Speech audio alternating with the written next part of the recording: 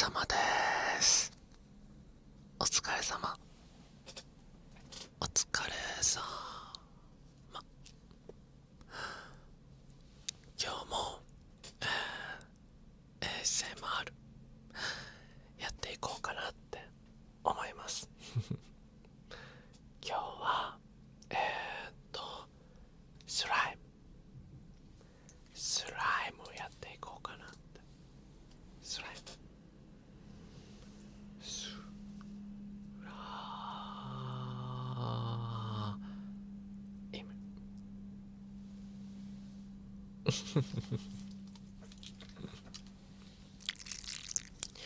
日々自分が届けている作品の中の音の一つとして、こうやって手で鳴らしてスライムの音を癒しの音に変えてあなたにお届けしている時もある。だからこの音は何なんだってあると思うけど、この音は、スライム。聞こえる？よいしょ。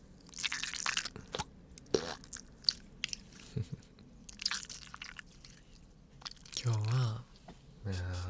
これを使って君を癒していけたらなって思ってる。君だよ、今目が合っている君。ほら、悪くないでしょね。なんかね、スライムっていろんなスライムがあると思ってて、自分が使っているスライムは某100円ショップにある柔らかスライム、もう本当に水みたいなスライム使っていて、水みたいなスライムを使う理由としては、もちろんこうスライムとしてムニムニしてる方がいいと思うんだけど、やっぱ水っぽい方がこの手の中で出す音をこ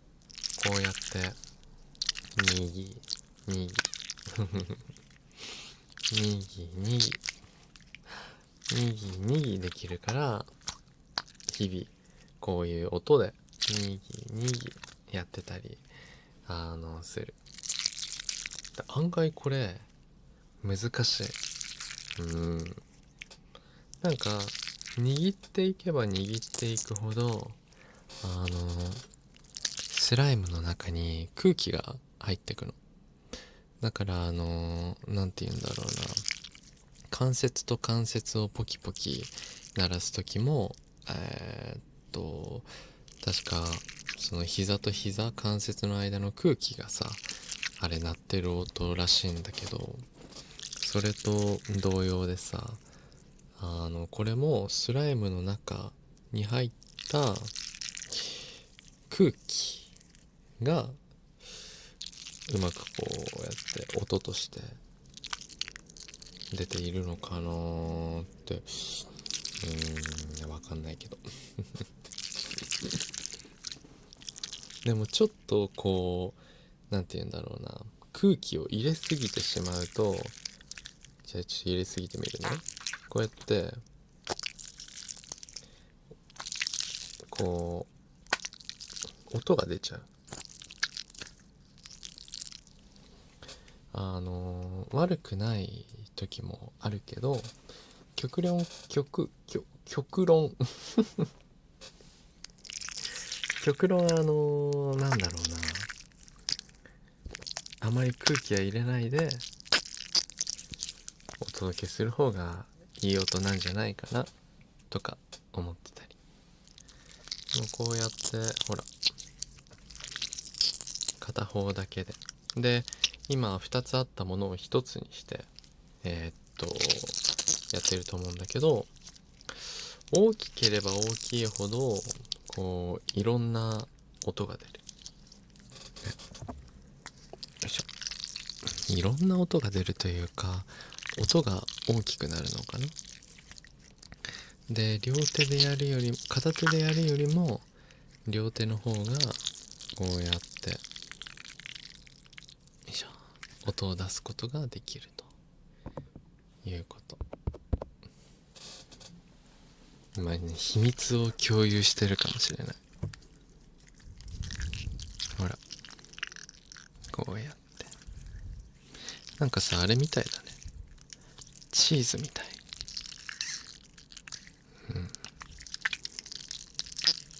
音自体はどう？悪くないですか、お姉様。ほら、まあ一つ ASMR の音としてはすごく聞き心地いいんじゃないかなって思ってる。 ASMR ってすごく難しい。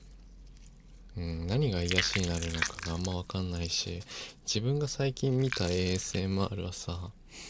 なんか鳩につつかれる ASMR とか、そういうのが流れてきて、あ、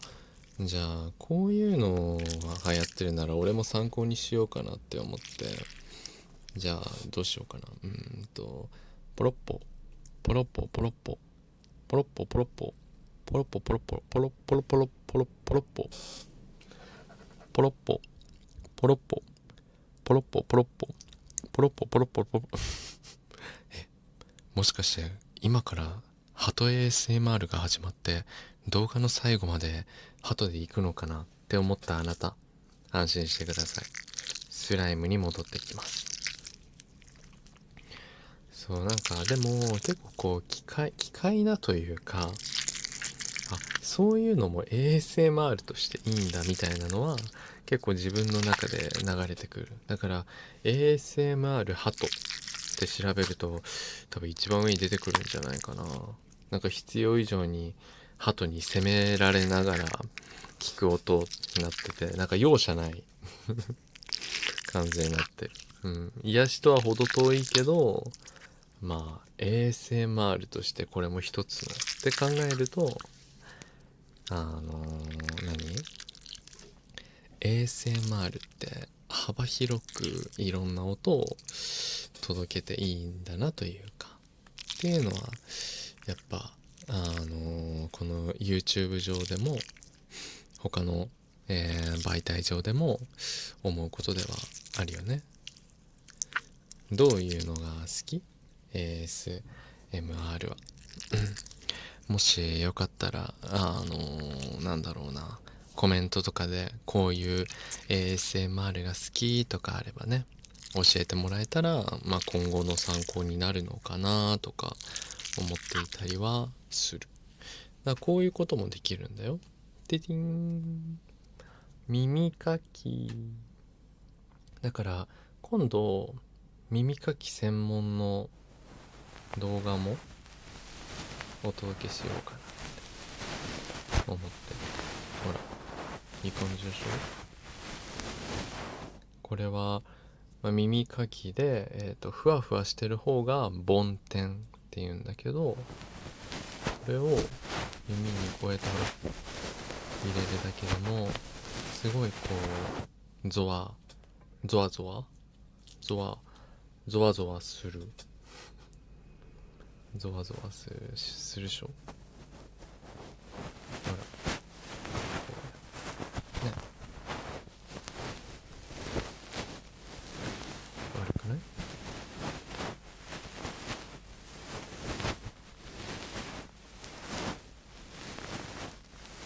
感じでしょ。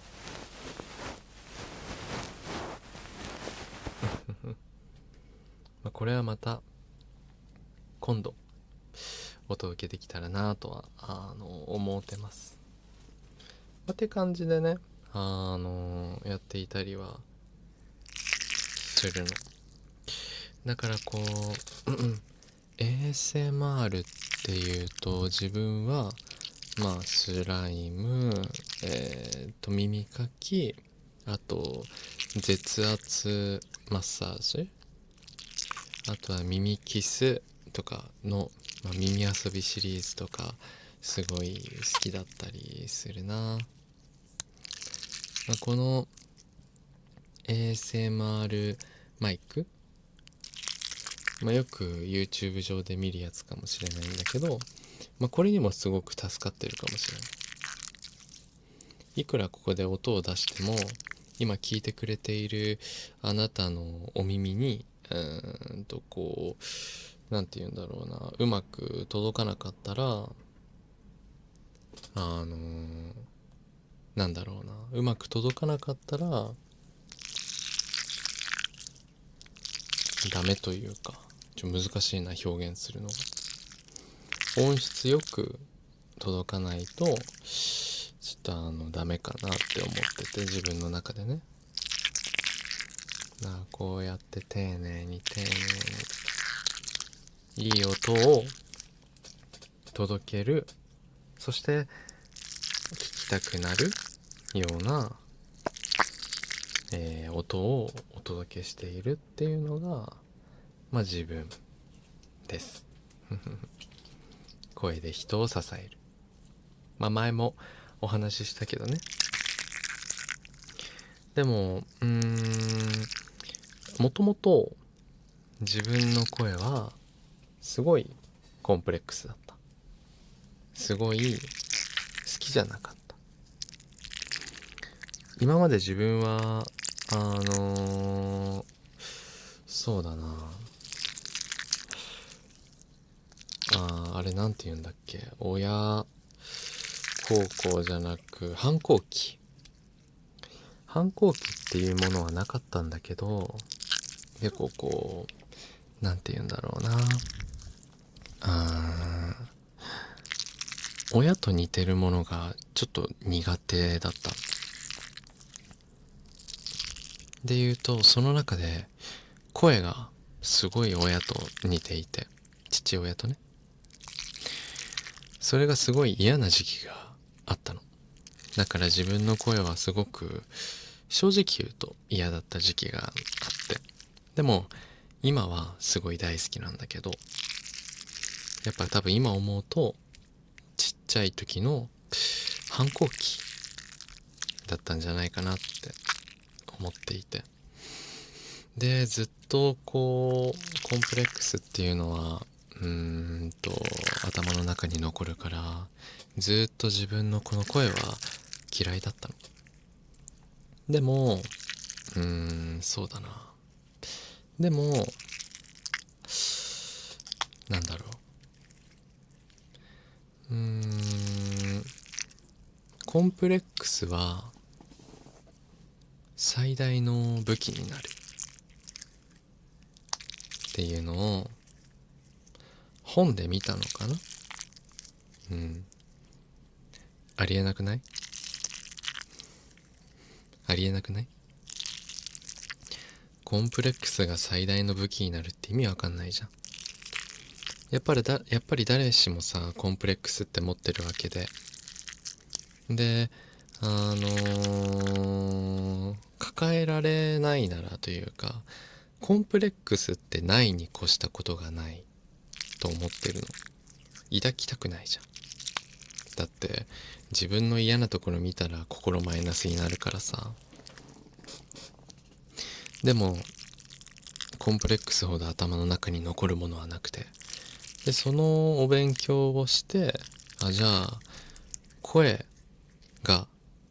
武器になるかもしれない、そんなことを思ったきっかけで、こういった表に声を出すということを始めたのが、自分のこの自分という人間がこの世の中に声を発信するっていう、きっかけって思うと、今抱えているコンプレックスとかあると思うけど、もしかしたらそれは自分の自信に変わる何かになるかもしれないと考えると、生きてるだけでちょっと心が軽くならないって思うてるまあちょっとでもね、心が軽くなれるような声を届けていきたいし、考えだって届けていきたいって思ってる。自分を見てくれる人は、自分は日本人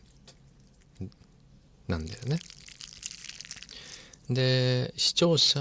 聞いてくれる人は、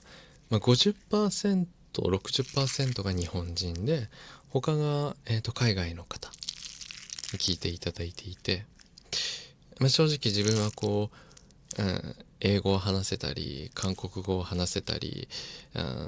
中国や、この世にはいろんな言語がある中で、日本語しかちゃんと喋ることができないんだけど、でも言葉って同じというか、日本語であれ他の言語であれ、温かい言葉は平等に温かいっ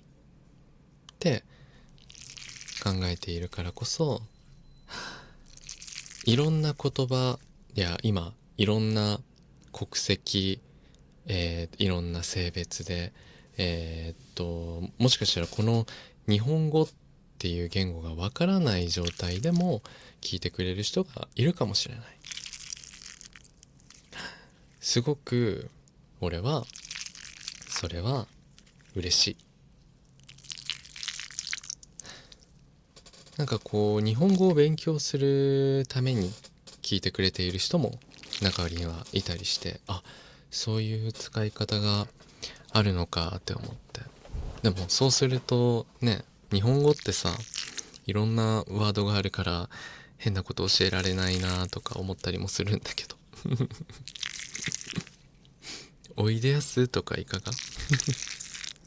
ね。でも全ての人に、今見てくれている全ての人に、もはや言語が分からなくたって、でもちろん言語が分かって、いろんな楽しみ方、音や声や、表情や全てのもので癒せたらなと思ってる。自分の動画に何かそういうものはない。一人でも多くの人間を俺の声で支えていけたらなと心から思っている。日々やる物事に早いとか遅いとかもないと思ってる。日々やることっていうのは、あなたが、そして俺が挑戦したいと思うことに、もうそういう年じゃないしとか、もうみんなもうやりきって終わってるしとか、そういうのって全く関係ない。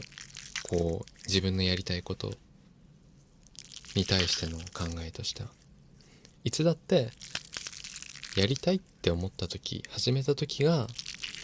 スタートラインだと思うし、遅いも早いもない。そこから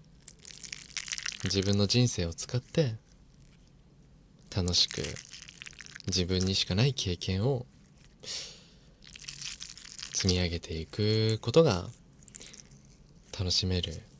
ことの一つなんじゃないかなとか。だから自分は否定することが嫌いで、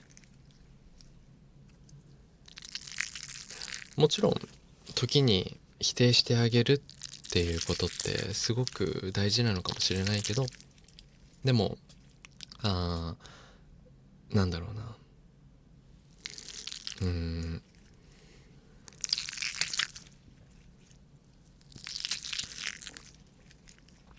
挑戦は誰しも平等で、他の人からその人の挑戦を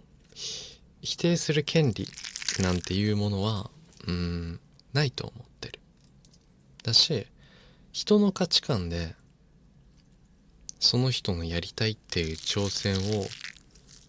否定するっていうことって、おこがましいというか、その人にはその人にしかできないことだったり、その人の考えがあるから。だからもちろんこうアドバイスとかさ、話を聞くことはできるんだけど、聞くことをして否定することはやっぱこう違うのかな。でも時にこう大切な友人だったりとかあからさまに違うなって思った時は、もしかしたらだけど違うかもしれないという提案をすることは大事なんじゃないか。自分はなんかその2つ、否定をしない、コンプレックスは最大の武器っていうので今この活動も含めやらせてもらってる。だからこれが何かの癒しになってたら嬉しいし、最後まで聞かなくてもその睡眠用とかに聞いてもらえていたらすごくすごく幸せだから、これからもよろしくね。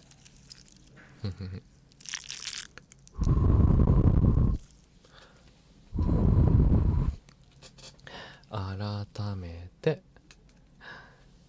最後までありがとう。ほら、これも嫌いじゃない？ね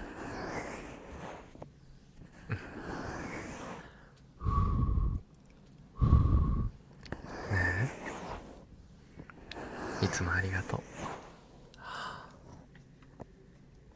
大好き。もしよければ高評価、コメント待ってる。いつもありがとう。